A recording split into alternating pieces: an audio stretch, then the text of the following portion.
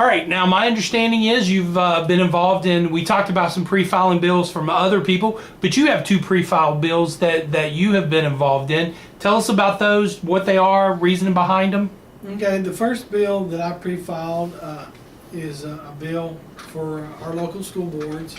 Right now, if somebody would vacate a position on the local school board, the school system or the school board, I guess, would present names to the Department of Education, and then they would interview and vet the people, and then they would the Commissioner of Education decides who fills that spot. My bill puts that responsibility onto the local school board. Personally, I think it's the local representation, the local elected representation on that school board that is best suited to filling a vacancy on their board. The Commissioner of Education and the people that work for the Department of Education, they're not elected. If the people don't like what they're doing or something, there's no, in my opinion, checks or balances there, because there's no consequences. If the elected representatives on that school board make a decision or they do something that the people don't like, they can be voted out at when their term's up.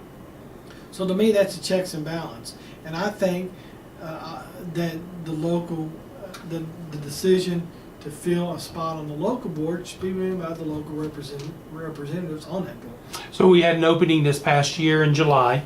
What your bill would have done, instead of people applying and sending their names to Dr. Wayne Lewis and him having 90 days to choose somebody, it would then fall upon the other 4 board members. Correct. The names would be submitted to the school district, and they would have 90 days or some time Same period. process for the school board that's used for your city councils, your city governments. Okay. If there's a vacancy on the city council, the setting, like Falmouth City Council, for instance, they're a 6-man council or 6-person council. If they Well, when Alex Carson left. yeah, when prime example, the remaining 5 council members was tasked with the responsibility of filling this vacancy. They didn't fill it in 30 days, then the governor got to appoint somebody. My bill, I think it gives more than 30 days. It's either 60 or 90.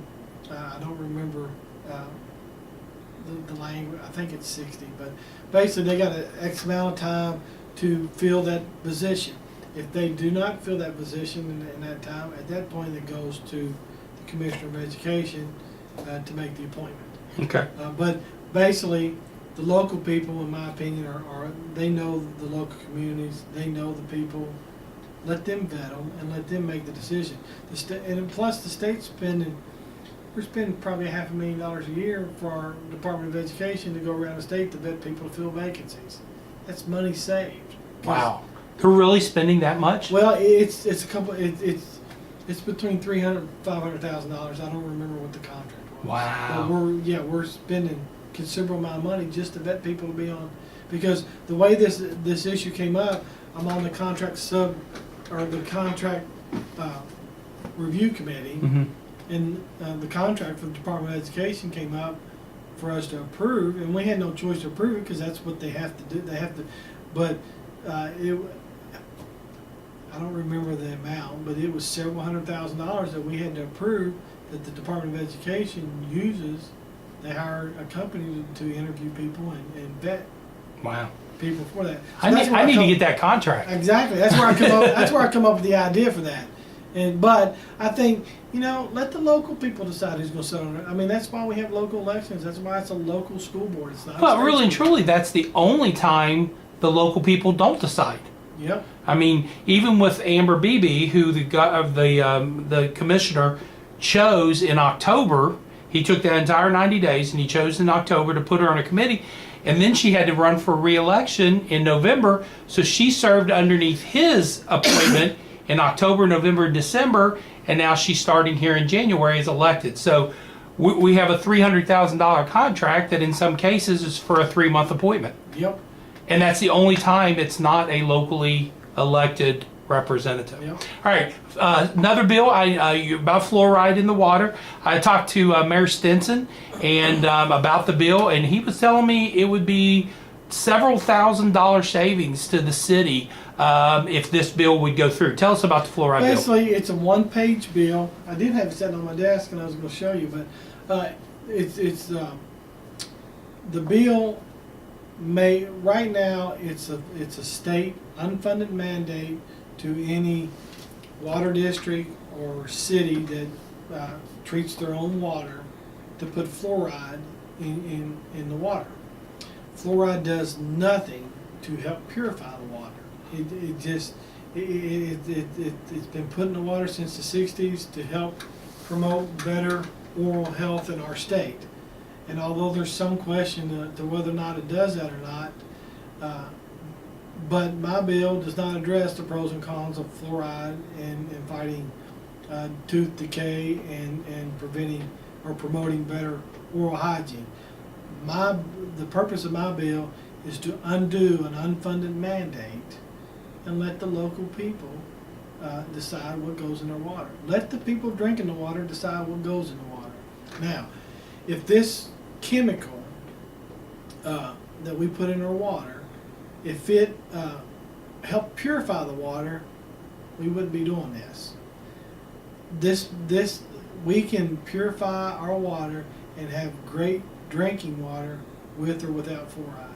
All fluoride does is help promote better oral health. Well, there's a lot of drugs out there that can help promote certain aspects of health, but we don't put them in our water. I don't think we as a government have the right to tell anybody what to put in their water or what to drink. We need to purify the water. We need to make the water as clean as we can. But we don't need, I don't have the right to tell you, even though I think fluoride's the best thing on the earth, what right do I have to force you to take that fluoride? Since it doesn't purify the water. Since it doesn't purify the water. And I don't have that right. But we as a state, since the 1960s, have taken upon ourselves to tell everybody, yes, you're going to drink fluoride whether you like it or not. Well, the problem with it is when you get into your rural areas and your more lower economical areas of the state, the people they don't buy bottled water. They don't have the. I filter the water coming into my house. They don't have these opportunities. They're forced to drink whatever we put in that water.